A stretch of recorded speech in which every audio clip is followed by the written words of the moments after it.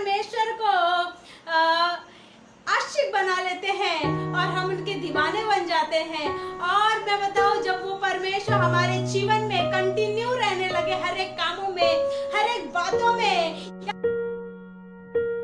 और जब हम चले तो उसके लिए गीत गाए, जब हम उसको पुकारे तो हमारे बीच में आए, हम उसे महसूस कर सके। मतलब हमारा एक अटैचमेंट उस खुदावन से ऐसा हो कि जब हम उसको पुकारे तो वो आके अपने बच्चों से बोले, हाँ मेरा बच्चा बोल, मैं तुम्हारी बातों को सुन रहा हूँ। हमारे परमेश्वर की जिस आराधना करते हैं आप और हम मिलके, मैं बताऊं, जब उस परमेश्वर को आप अपने लाइफ में जब एक बेस बना लेते हैं, एक आधार बना लेते हैं, एक जीने का तरीका बना लेते हैं, एक जीने की आसरा बना लेते हैं, मैं बताऊं, वो जिंदा परमेश्वर हमारे और आपके जीवन में अद्भुत काम करने लगता है। पता है क्यों?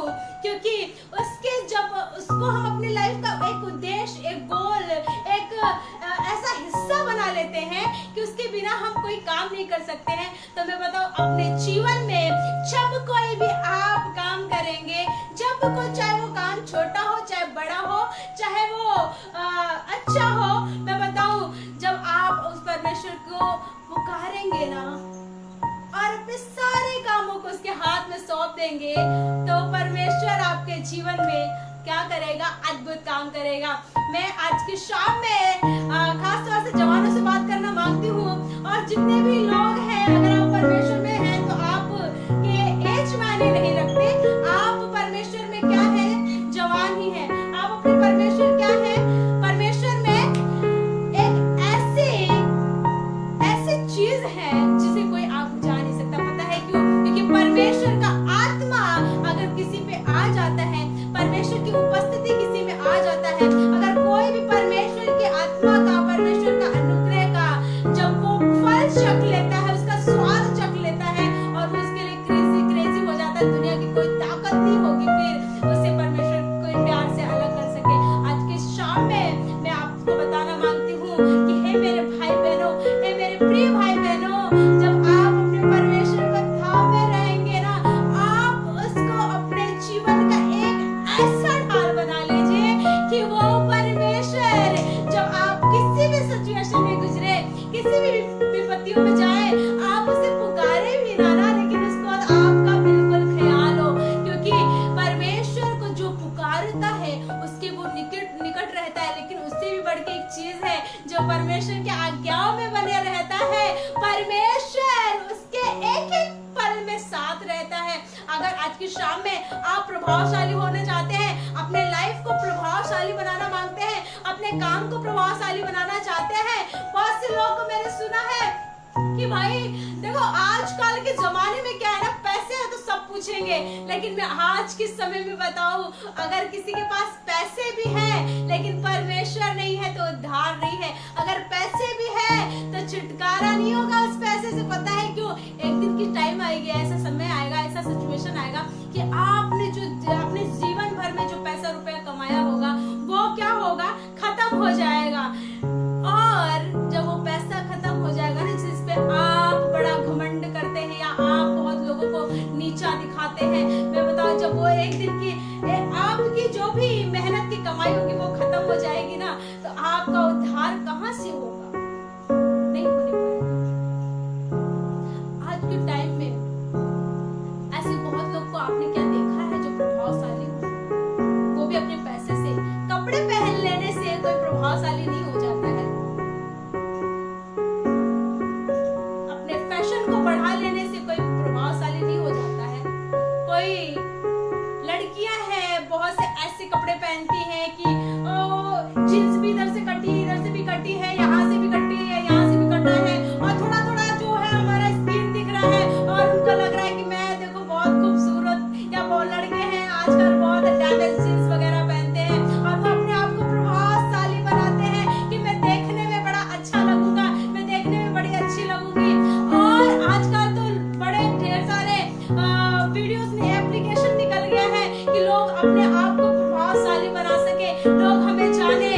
मैं शायद टिकटॉक पे मुझे इतना लाइक्स मिल जाए, इतना कमेंट्स मिल जाए, इतना व्यूज मिल जाए कि मैं प्रभावशाली हो जाऊं। और या फिर वो अपने ऐसे अपनी लाइफ में ऐसी हरकतें करते हैं,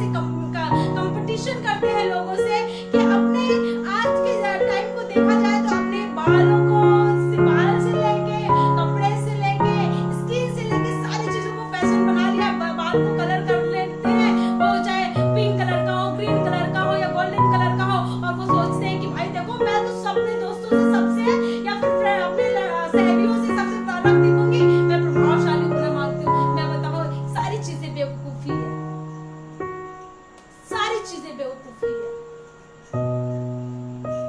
अगर आपको अपने आप में प्रभावशाली है बनाना है, आप अपने खुद को मेहनत किया है, आपने चाहे वो 25 साल से कोई हो, किसी का 25 साल, कोई 26 साल, कोई 27 साल, कोई 20 साल, कोई 18 साल, कोई 30 साल, कोई 35 साल, बस अपने आप को बनाने में, अपने आप को प्रभावशाली बनाने में गुजार दिया हो, तो मैं आज के शाम में उनसे बात करना मांगती हूँ कि अगर आप में से कोई प्रभावशाली बनना चाहता है ना, तो वो परमेश्वर में बने। पता है क्यों? इसका एक मकसद है।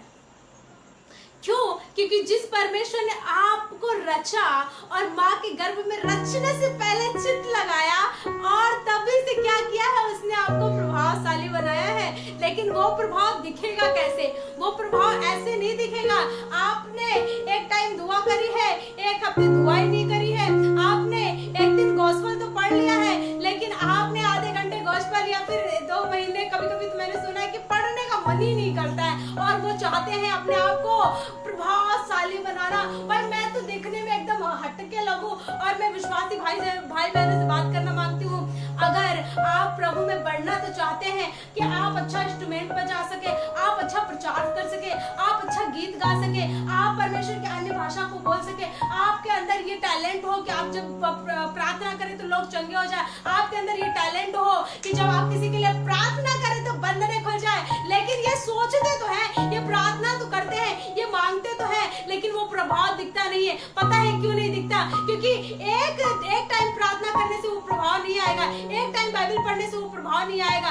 और जब उन 10 आज्ञा में से अगर आप 9 को भी मान रहे, एक छूट जा रहा है, तो आप प्रभावशाली नहीं बनने पाएंगे। लेकिन अगर प्रभावशाली बनना है तो अपने परमेश्वर की आवाज को सुनना पड़ेगा, अपने परमेश्वर की बातों को सुनना पड़ेगा। और हम में से जितने भी जवान भाई बहन हैं, आज के टाइम में, आज के समय में अपने आप को प्रभावशाली बनाना शुरू कर दे। क्यों? क्योंकि जवान, जितने भी जवान हैं, क्योंकि अपने जो सांसारिक रीति से दुनियावी चीजों में अपने आप को प्रभावशाली बना रहे ना, मैं बताऊं वो तो आपको प्रभावशाली जो दुनियावी चीजें का है, संसार का है ना, वो आपको क्या करेगा? नाश करके दम लेगा। लेकिन अगर कोई अपने आप को प्रभावशाली बनाना मांगता है, तो वो आज के शाम में इस कलाम से, इस वचन से अपने आप को प्रभावशाली बनाए। पता है क्यों? जब आप इस वचन को पढ़ने लगेंगे ना, आप इस वचन के अपने एक पॉइंट्स को अपने हृदय रूपी पटिया में लिखने लगेंगे ना, आप इस वचन की व्यवस्था को अपने दिमाग में उतारने लगेंगे ना, तो आपके जीवन में बड़ा काम होने पाएगा। लिखा है यहोशू की पुस्तक में, इसमें बड़ी ही अच्छी बात लिखा है। इससे परमेश्वर ने बोला है कि जब हम 1 और 8 में पढ़ते, लिखा है व्यवस्था की यह पुस्तक तेरे जिससे कभी उतर न पाए, इसी में दिन रात ध्यान दिए रहना, इसलिए कि जो कुछ इसमें लिखा है उसके अनुसार करने की तो चौकसी करे, क्योंकि ऐसा ही करने से तेरे सब काम सफल होंगे। पहला पॉइंट, जब तू इसके अनुसार काम करेगा तो पहली पॉइंट क्या है? तेरे सारे काम सफल होंगे। और दूसरी चीज क्या है? कि तू प्रभावशाली होगा। आपको एक चीज नहीं मिल रही, 2 चीज मिल रही है, परमेश्वर के आज्ञा को मान रहे। पहली बात तो आप सफल हो रहे अपने एक कामों में, और दूसरी चीज आप प्रभावशाली हो। जब मूसा मर गया, अब यहोशू को ये समझ ही नहीं आ रहा था कि कैसे इनको, इजराइलियों को मैं कैसे लेके जाऊंगा। उसने बोला, हे देख यहोशू, जैसे मैं मूसा के संग रहता था ना, वैसे मैं भी तुम्हारे संग रहूंगा। जैसे मैंने मूसा से बातें करी, वैसे मैं तुझसे भी बातें करूंगा। जैसे मैंने मूसा को प्रभावशाली बनाया ना, वैसे मैं तुमको भी प्रभावशाली बनाऊंगा। लेकिन एक बात करने की जरूरत है। जैसे जैसे मूसा परमेश्वर की बातों को सुना करता था, जैसे जैसे मूसा परमेश्वर के नियमों को माना करता था, वैसे भी तुझे ही करना पड़ेगा। और जब यहोशू ने ये बात सुनी है और वो परमेश्वर के अकॉर्डिंग अपनी लाइफ को जीना शुरू किया है, परमेश्वर के अकॉर्डिंग अपनी लाइफ को बिताना शुरू किया है, परमेश्वर की व्यवस्था को मानना शुरू किया है, और इसके सारे काम क्या होने लगे? सफल होने लगे, इसके सारे काम बनने लगे हैं। और ऐसे ही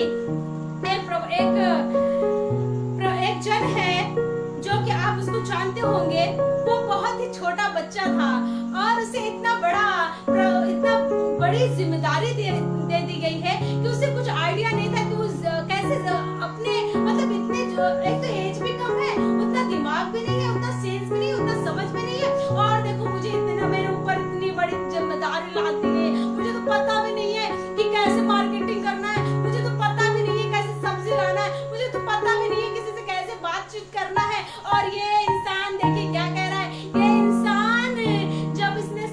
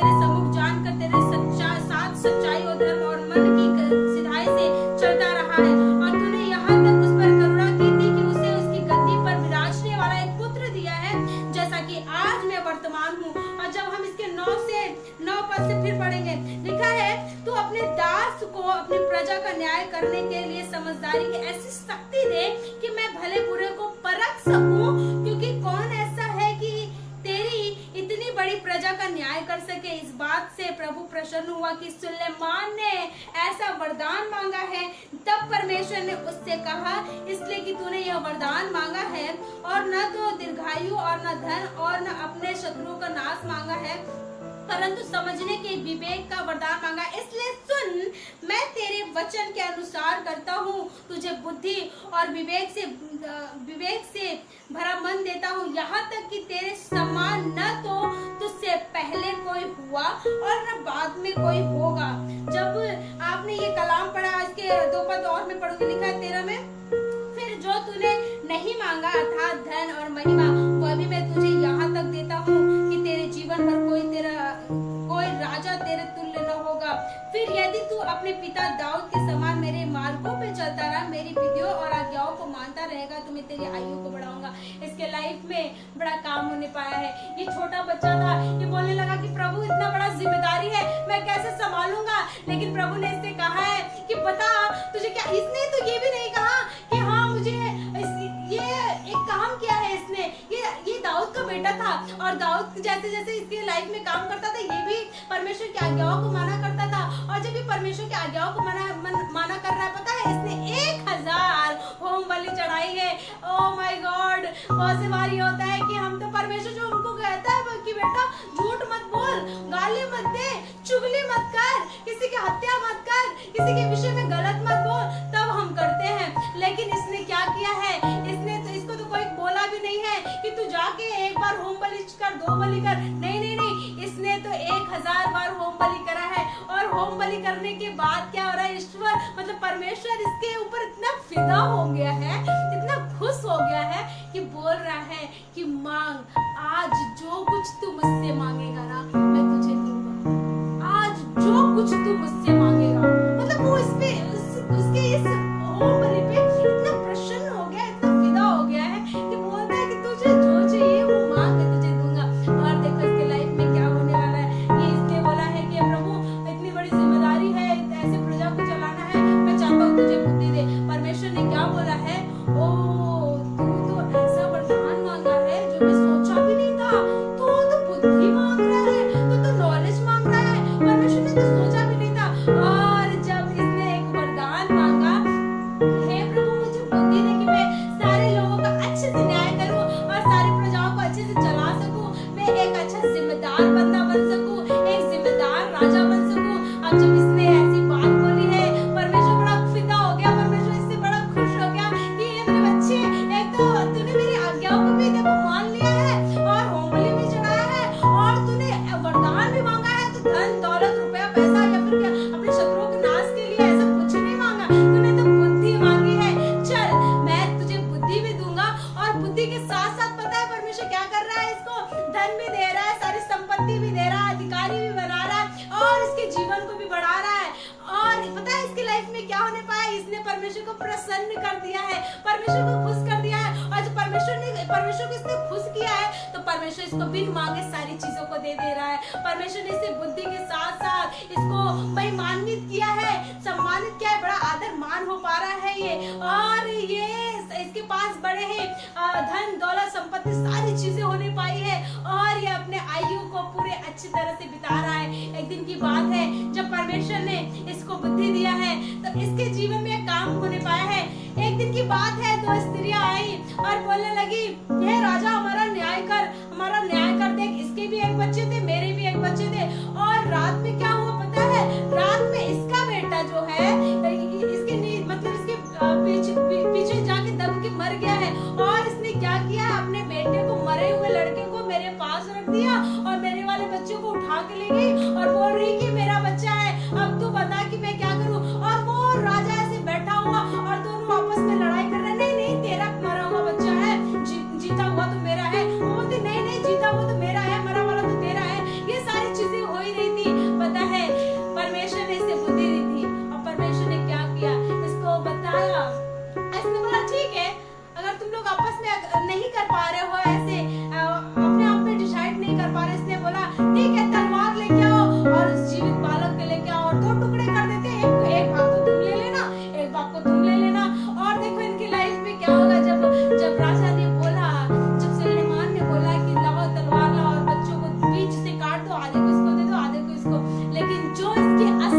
थी, जिसकी खुद की माँ थी, इसने बोला नहीं नहीं ऐसा मत करो, मेरे बेटे को इसको ही दे दो, यही खुश रहे, लेकिन मेरे बेटे को मत मारो।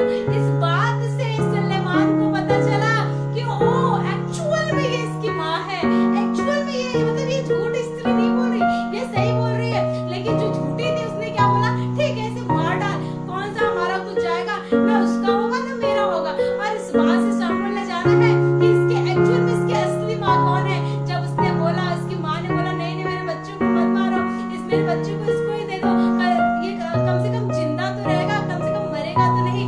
और जब ये सारी चीजें हुई और देखो जब सुलेमान को ये बुद्धि मिला और उसने अच्छा न्याय किया, जो आगे उसको पढ़ेंगे, लिखा है इसमें कि 28 पद में लिखा है जो न्याय राजा ने चुकाया था उसका समाचार समस्त इस्राएल को मिला और उन्होंने राजा का भय माना, क्योंकि उसने यह देखा कि उसके मन में न्याय करने के लिए परमेश्वर की बुद्धि है। लोगों में, सारे इजरायलियों में ये देखो समाचार फैल गया है, ये तो परमेश्वर की तरह न्याय है, ये तो परमेश्वर की तरह न्याय करता है, ये तो परमेश्वर की तरह का काम करता है। और लोगों को ये बात पता चली है और लोगों ने इसका आदर करने लगे हैं, इसकी बातों को मानने लगे हैं। मैं आज के शाम में बताऊं, ये जब परमेश्वर ने इसे बुद्धि दिया है, लोग बोलने लगे ये तो परमेश्वर की तरह न्याय कर रहा है, ये प्रभावशाली हो गया। और जब आप देखेंगे कि ये प्रभावशाली होने पाया तो इसके लाइफ में क्या होने पाया, इज्जत मिल रहा है। परमेश्वर ने इसे धन दौलत भी दिया, इसके जीवन को भी दिया, इसके लाइफ से सारी चीजों को हटा दिया है, सारे विरोधियों को हटा दिया है। और इसके लाइफ में क्या होने पाया है, इसको तो देख के, इसके काम को तो देख के लोग बोलने गए ये तो परमेश्वर की तरह न्याय करने लगा है, ये तो परमेश्वर का बंदा है, परमेश्वर ने इसे बुद्धि दी है, परमेश्वर ने इसे सामर्थ दी है, परमेश्वर ने इसे समझ दिया है, परमेश्वर ने इसे अपने तुल्य बना दिया है। क्यों? क्योंकि परमेश्वर की सामर्थ, परमेश्वर का प्रभाव सुलेमान में दिखने लगा था, क्योंकि वो परमेश्वर से मांगा और परमेश्वर ने इसे दिया और उसी न्याय के जरिए से वो प्रभावशाली अपने लाइफ में होने पाया है। आज की शाम में मैं आपको बताना मांगती हूँ, आप किस तरह से अपने आप को प्रभावशाली बना रहे हैं, आप किस तरह से अपने परमेश्वर की बातों को सुन के अपने आप को प्रभावशाली बना रहे हैं या फिर किसी और की बातों को सुन के अपने आप को प्रभावशाली बना रहे हैं। दुनिया इधर की उधर हो जाए, दुनिया इधर की उधर हो जाए, लेकिन मैं आपको बताऊं, अगर आपको प्रभावशाली होना है तो आप बस अपने परमेश्वर की आवाज को सुनिए, आप अपने परमेश्वर की बातों को सुनिए, किसी की भी बात मत सुनिए कि अरे ये तो पागल हो गया, तो बेवकूफ हो गया, ये क्या कर रही है, ये क्या कर रहा है, इसको कुछ समझ नहीं आता क्या। जब देखो यीशु यीशु, जब देखो इसका परमेश्वर, जब देखो ये तो यहोवा परमेश्वर। मेरा एक फ्रेंड था, वो बोल रहा है क्या है तुम लोग, जब देखो यहोवा परमेश्वर, यहोवा परमेश्वर, जो करेगा तुम्हारा यहोवा परमेश्वर करेगा, सारी विपत्तियों को तुम्हारा परमेश्वर है, तुम्हारा यहोवा परमेश्वर है। ये कौन है यहोवा परमेश्वर? मैंने बोला जिस दिन उसका स्वाद चख लोगे ना तो तुमको पता चल जाएगा कि वो यहोवा परमेश्वर कौन है। और मैं आज की शाम में आपसे बताऊं, सच में आपका काम, आपकी सोच, आपका चाल चलन, आपकी बातचीत, यहाँ तक कि आपके रहन सहन से भी आपको लोग कहें कि सच में ये जिंदा परमेश्वर का जन है। और क्यों? जब आप परमेश्वर के अकॉर्डिंग अपनी लाइफ को करेंगे ना तो आप प्रभावशाली होने वाले। आपको परमेश्वर कितनी भी विपत्ति में डाल देगा, लेकिन आप जब प्रभावशाली होंगे तो परमेश्वर खींच के लेके चला आएगा, उस विपत्तियों में से भी निकाल लाएगा। ये मेरे भाई और बहन, परमेश्वर आपको प्रभावशाली बनाना मांगता है, परमेश्वर आपको प्रभावशाली बनाना मांगता है। दाऊद था, उसको तो गोलियत बोलने लगा कि पागल है, ये तो क्या तू कुत्ते को मारने आ रहा है क्या, लाठी लेके आ रहा है, डंडा लेके आ रहा है, तुझे समझ नहीं आ रहा है, मैं बचपन से योद्धा हूँ और तू कहाँ इतना छोटा सा है। और उसने बोला है, हे देख गोलियत, तू तो तलवार और भाले के साथ आ रहा है, लेकिन मैं सेनाओं के यहोवा के नाम के साथ आ रहा हूँ। और जब उसका अभिषेक हुआ है, परमेश्वर की आत्मा उतरी है और वो बड़ा प्रभावशाली हो गया। और छोटा सा बच्चा है, जो लोगों ने बोला था ये कुछ नहीं कर सकता, ये तो भेड़ बकरी चराएगा, उसके भाई लोग मजाक बना रहे थे। और देखो जब उसका अभिषेक किया गया है, परमेश्वर की आत्मा के साथ वो रह रहा है, परमेश्वर की संगति में रह रहा है, परमेश्वर के अकॉर्डिंग अपनी लाइफ को बिता रहा है और परमेश्वर की बातों को सुन रहा है। और देखो सारे फलस्तीनी लोग, सारे इस्राएल लोग उसको देखने लगे और बोले ये कैसा प्रभावशाली प्रभावशाली हो गया। इतना छोटा बच्चा कैसे गोलियत को मार सकता है? लेकिन मैं बताऊं, जिसके साथ परमेश्वर रहेगा, जिसके साथ परमेश्वर रहेगा और जो परमेश्वर की बातों में बना रहेगा, तो आपको परमेश्वर प्रभावशाली बनाएगा। आपको लोग देख के ही कह देंगे कि आप प्रभावशाली है। भाई तुझे तो देख के अलग चमक लगती है, तेरे चेहरे से तो अलग ही रौनक लगता है और तू प्रभावशाली होने पाएगा। परमेश्वर आज की मैं शाम में जो भी आपको वचन बताई हूँ कि आप अपने आप को सजाए, प्रभावशाली बनाए, तो परमेश्वर के वचन के जरिए। Let's pray. मैं आपके लिए प्रार्थना करती हूँ कि परमेश्वर इस वचन से आपको बहुतायत आशीष दे। हे सर्वशक्तिमान यहोवा परमेश्वर, हम तेरा धन्यवाद देते हैं, धन्यवाद देते हैं प्रभु, तेरी महाकरुणा का फल है। प्रभु आपसे प्रार्थना करते हैं प्रभु कि आज के समय में जो वचन बोला गया है, लोगों के जीवन में 30 गुना नहीं, 60 गुना नहीं, बल्कि 100 गुना फलवंत होने पाए। प्रभु हर एक जन को अपने वचनों के द्वारा प्रभावशाली बनाए, हर एक जन के द्वारा अपने आत्मा का अभिषेक करके, अपनी आत्मा को उड़ेल के प्रभु उनको प्रभावशाली बनाए।